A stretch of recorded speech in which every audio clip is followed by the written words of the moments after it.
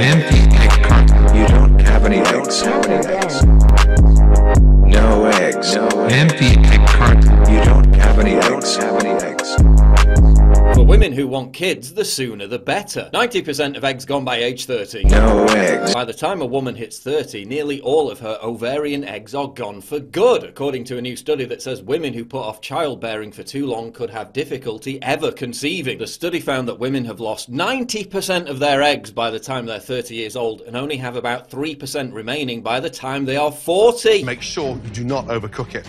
Now, it's common knowledge that women have more difficulty conceiving as they age, but this is the very first study believed to quantify the number of eggs lost, and it shows that the decline is more rapid than previously believed. scrambled eggs. In Britain, the percentage of childless women has doubled in a generation, and for the first time, more than half, 54% of American women aged 25 to 29 are childless, as are nearly a third, 31% of women aged 30 to 34. Hey-o, egg check. No eggs. America's in an egg shortage crisis you may not even have known about. If only you knew how bad things really are. 1,200 childless American women aged 25 to 45 were asked why they were delaying childbirth. They were allowed to pick more than one answer. What was the top answer? I want to focus on my career. No, a more popular answer than that was, quote, I want to have life experience. And almost as popular as the career answer was the answer that they, quote, value freedom and don't want to be tied down. There's a party in my pussy. Something great is going on. Big doubt. Sex and the City writer Candace Bushnell, 60, admits she regrets choosing a career over having children, as she is now truly alone. Freedom! What happens when you socially engineer women to get out of the home and into the boardroom? To get out of nurturing children and into chasing pointless college degrees? To get out of stable, monogamous relationships and into the toxic hellscape of hypergamous dating and extracting beta books from simps on social media? What happens? No eggs. Empty egg carton. You don't have any eggs. No eggs. Empty egg carton. You don't have any eggs. The hypersexualization of our abortion-on-demand culture is brainwashing girls to swap life-affirming monogamy for rampant promiscuity. The number of STDs in America has reached a record high, with 2.4 million reported cases of chlamydia, gonorrhea and syphilis in 2018. In David Cronenberg's 1975 movie Shivers, a mad scientist creates a parasite that makes the residents of a high-rise residential tower act like sex-craved carnal animals. The motive of the scientist was to use a combination of aphrodisiac and venereal disease to turn the world into one huge mindless orgy. And in our world, the entertainment industry is that parasite. Our culture is that one huge mindless orgy. I'm munching on red pills all day. Have you ever noticed how these same entertainment and media corporations that harp on about respecting women and opposing objectification and misogyny literally groom underage female celebrities into superstar status, then begin salivating about the prospect of sexualizing them right before they're about to turn 18, then relentlessly exploit them for the next 20 years by hypersexualizing everything they do for the consumption of teenage girls. What message does that send? What role models do teenage girls have who aren't scantily clad hoes twerking around to canned pop songs written by computer algorithms owned by Sony, UMG and Warner? Billie Eilish says she may want to show her body and look desirable in a music video after she turns 18. The bad guy singer said in a new interview that she wanted the option to show her body when she turned 18. An about-face from her previous statement saying she purposefully wore baggy and oversized clothes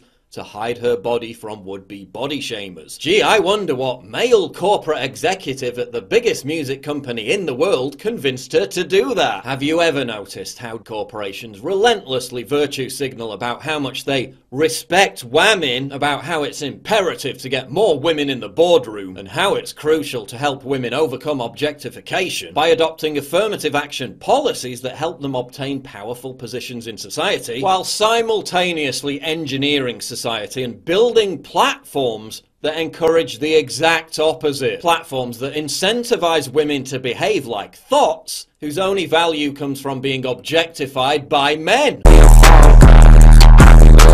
Back off. What is Instagram? It's a virtual red light district for women to parade themselves lewd and half naked for the approval of thirsty dudes. What is TikTok? It's a platform marketed to teenagers which incentivizes underage girls to act like burlesque dancers in strip clubs for the viewing pleasure of sex-crazed teenage boys and literal pedos.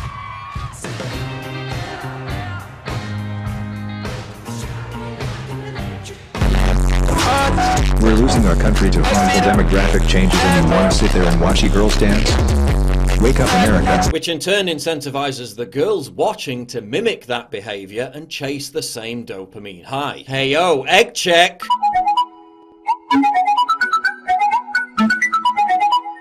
No eggs. Empty egg carton. You don't have any eggs. No eggs. Empty egg carton. You don't have any eggs. What is OnlyFans? What is premium Snapchat? Virtual prostitution meat markets where men pay women to sexually degrade themselves. E-prostitution is killing traditional courtship and romance. If women behave like prostitutes online, men are going to treat them like prostitutes in real life. And that's not wife material. The other day, this girl was like, "Hey Sam, you're like a really nice guy, and I really like what you do, your videos and stuff. Do you want to hang out sometime?" Why? So you can steal all my money, bitch? MGTOW!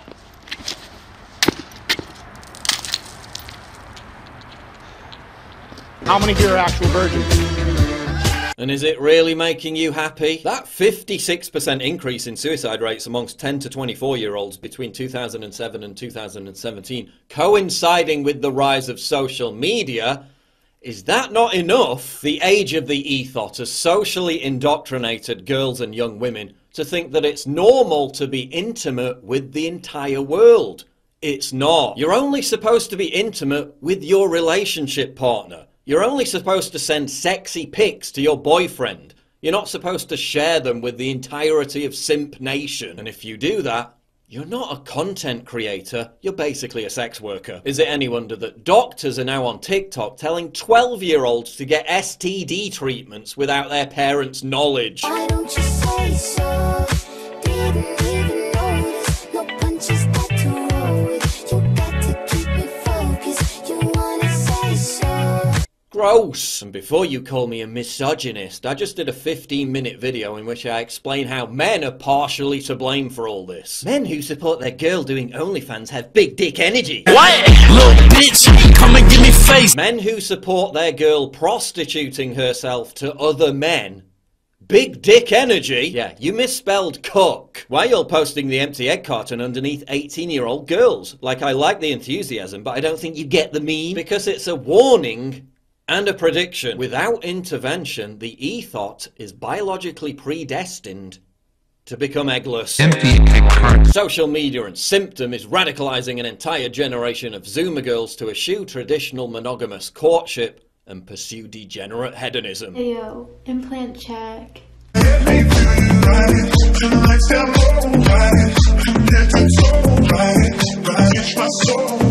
Stop chasing beta books, stop chasing clout, get off the internet and find Mr. Eggman. $5 a month! How do you have hours of time to watch me and not $5? Maybe give them access to a separate intranet that only contains cooking recipes. That's a joke. Can someone explain what the fuck this means? The E in E-girl stands for eggless. I will not stop until every female is banned from social media. Don't test me, you stupid thoughts. Disavow. Take the egg pill. We need to save the eggs.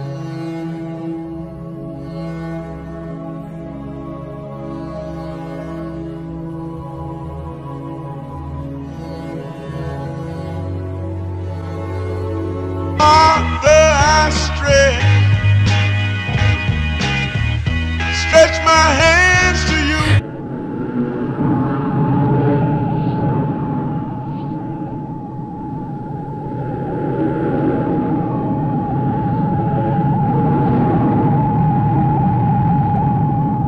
was that? The media is telling women two massive lies. One, that it's easy to have babies in your late 30s and early 40s. It isn't. No eggs. You don't have any eggs. And two, that polls show childless older women are happier than women who had children. So why not just sleep around for eternity? Bullshit. Of course 40 and 50-year-old women are going to tell pollsters that they're happier for not having children. If they were honest, they'd have to concede that they'd made a monumental life mistake that could never be rectified. When you read accounts from women who are being honest about not having kids, they're always hugely regretful. Western women are also being shamed out of having children in the name of preventing climate change. Childless couples are exalted by the media as having done their bit to stop global warming. Feminist author Verena Braunschweiger recently told German women that the only way to prevent ecological collapse was, quote, the renunciation of one's own reproduction. But even if you believe that overpopulation is contributing to climate change, why is that message only being targeted at women in the West? Germany's fertility rate is 1.4 births per woman. That's well below the 2.1 replacement rate. German women aren't having babies. Since 1972, Germany hasn't seen a single year where the number of newborns has exceeded the number of deaths. Meanwhile, Africa's child population will reach 1 billion by 2055, making it the largest child population among all continents. No one is telling Africans to stop breeding. That would be racist. You know what else is racist? White women having babies. Who needs YouTube rabbit holes when you have the BBC broadcasting literal white supremacist propaganda? White supremacist propaganda must be pretty bad, right? We'll introduce you to a trad wife, a young woman who has chosen to be a traditional wife staying at home. Oh my god! Woke imbeciles. Traditional gender roles that have existed in society, the vast majority of them non-white, since literally the dawn of humankind. Is this white supremacy? First off, the watch. But I guess it's really important to shame white women out of having babies because they're just popping them out all over the place, aren't they? As it turns out, no, they're not. How do fertility rates compare globally? Let's take a look at the egg chart. Africa has by far the highest fertility in the world, with Niger number 1 at 7.0 births per woman and Somalia number 2 at 6.2. The top 20 countries on the planet with the highest fertility are all in Africa. The 3 countries with the highest fertility rate in Europe are France at 1.9, Sweden at 1.78 and Ireland at 1.77. All countries that have accepted large numbers of migrants with high fertility rates from Africa and the Middle East. So despite its relatively high birth rate in European terms, ethnic Swedes will be a minority in all major Swedish cities within a generation. Countries in Europe with significantly lower birth rates include Poland at 1.38 births per woman and Hungary at 1.45. 2 countries that have accepted comparatively fewer migrants from Africa and the Middle East. Countries with high fertility rates in South Asia and the Middle East include Pakistan at 3.8, Iraq at 3.8 and Egypt at 3.4. America's fertility rate currently stands at 1.8 births per woman. In 2016, the US fertility rate fell to just under 60 births per 1,000 women, the lowest since records began. Fertility rates for white women were down in every US state in 2017, while among black and Hispanic women, fertility rates were up in 12 and 29 states respectively. And while there's a clear causal link between living in a more economically developed and prosperous country and having a lower fertility rate, migrants who emigrate to Western countries still maintain a significantly higher birth rate than the native population. For example, Muslims living in the UK have a birth rate of 3 babies per woman compared to 1.8 for non-Muslims. Hello, based and red pill department. In the next several decades, most babies in the Western world are projected to be born to 30-somethings. Having kids later in life typically leads to having fewer kids. Richard Jackson, president of the Global Aging Institute, told Axios, "There's no way the fertility rate is going to go up significantly unless the average age of first child birth comes back down a bit. and that's hard to see. Fact is, native Westerners just aren't having babies. No eggs. Empty egg carton. You don't have any eggs. Real wages have stagnated in relation to inflation, and a lot of people say inaffordability is the biggest stumbling block, which is why all Western countries need to adopt Hungary's policy of offering couples substantial loans which are then written off when they have 2 or 3 kids. Is that socialism or survival? The cultural industrial complex also seems to think that some pregnancies are better than others. The child-free life. Why, I have 0 regrets about my childless life. Do your part. Get sterilised. Meanwhile, a biracial royal baby can finally help fix Britain's complex relationship with race. Transgender man celebrated for having baby using trans woman's sperm. Doctor also trans. Really makes you think.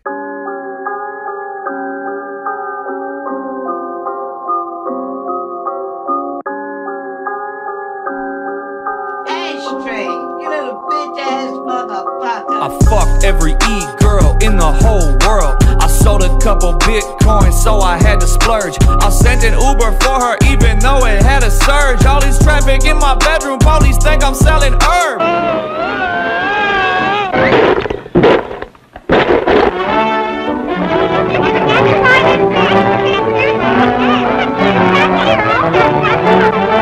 I tried too high to build my wall, but I was greedy and I had a great fall. While women are being told to behave like men, express dominant traits, seek power, exhibit sexual promiscuity, society and culture is indoctrinating men to behave more like feminine women. And as a result, the emasculation of men, particularly white men, seems to have triggered a kind of biological rebellion amongst women, to the extent where in order to fill the gap left by men abandoning their traditional gender role, women are overcompensating. Why do you think 62% of young women admit to having rape fantasies, with the actual number who do probably being significantly higher? Why do you think so many women are searching for ultra-violent porn? A quarter of straight porn searches by women offer videos featuring violence against their own sex. Women are consuming much more of the most extreme misogynistic sexual material available online. Why do you think strangulation sex play has become so normalized to the extent where one woman in the UK is accidentally strangled to death by her partner every 2 weeks? You get back to the hotel and stay there. I like it here. Go on, get moving. I said I like it here. Well, I can change that in a hurry. Why do you think there are entire forums dedicated to women talking about how they're trying to bait men into raping them for their own sexual gratification? Why do you think in some countries 50 Shades of Grey is the best-selling book of all time? Why do you think a lot of young women are very enthusiastic about inviting in male migrants from very traditionally, shall we say, patriarchal countries? You have this crazy alliance between the feminists and the radical Islamists. Is there an attraction that's emerging among the female radicals for that totalitarian male dominance that they've chased out of the West? Are women expressing this biological backlash against social engineering and the emasculation of men by actively pursuing an overcompensating dominant force, even to a dangerous degree? Is this some kind of innate evolutionary self-correcting mechanism? Is this also a rebellion against dominant roles in society being forced upon women, when they're biologically predisposed to want to shy away from adopting those very roles? Men and women won't sort themselves into the same categories if you leave them alone to do it of their own accord. We've already seen that in Scandinavia. It's 20 to 1 female nurses to male, something like that. It might not be quite that extreme, and approximately the same male engineers to female engineers. And that's a consequence of the free choice of men and women in the societies that have gone farther than any other societies to make gender equality the purpose of the law. Those are ineradicable differences. You can eradicate them with tremendous social pressure and tyranny, but if you leave men and women to make their own choices, you will not get equal outcome. And of course, when women are constantly bombarded with the expectation of competing with men in the jobs market, the importance of having children drastically subsides. 2004 Census Bureau data showed that nearly half of women with incomes above $100,000 a year are childless. In the UK, half of all female FTSE 100 board members are childless. And 43% of all women with a university degree are also childless. Who stole all the eggs? The sexual revolution and its consequences have been a disaster for the eggs. No eggs. Empty egg carton. You don't have any eggs. How many eggs? The bottom line is this. If traditional gender roles are reversed, a lot of women are going to stop behaving like biological women. They're going to stop having babies. If male gender roles in society are imposed on women, they're going to abandon the female gender role of childbirth until it's too late. If the culture is based around rampant promiscuity and hypergamy, that destroys the foundation for stable, monogamous, long-lasting, childbearing relationships. If the culture normalizes and rewards women for acting like prostitutes, that destroys the foundation for stable, monogamous, long-lasting, childbearing relationships. If the culture shames women for adopting traditional maternal gender roles, that destroys the foundation for stable, monogamous, long-lasting, childbearing relationships. And whether you think it's by accident or design, over the past 50 years, this has brought about the demographic decline of the West. Our eggs have well and truly been scrambled. Scrambled eggs.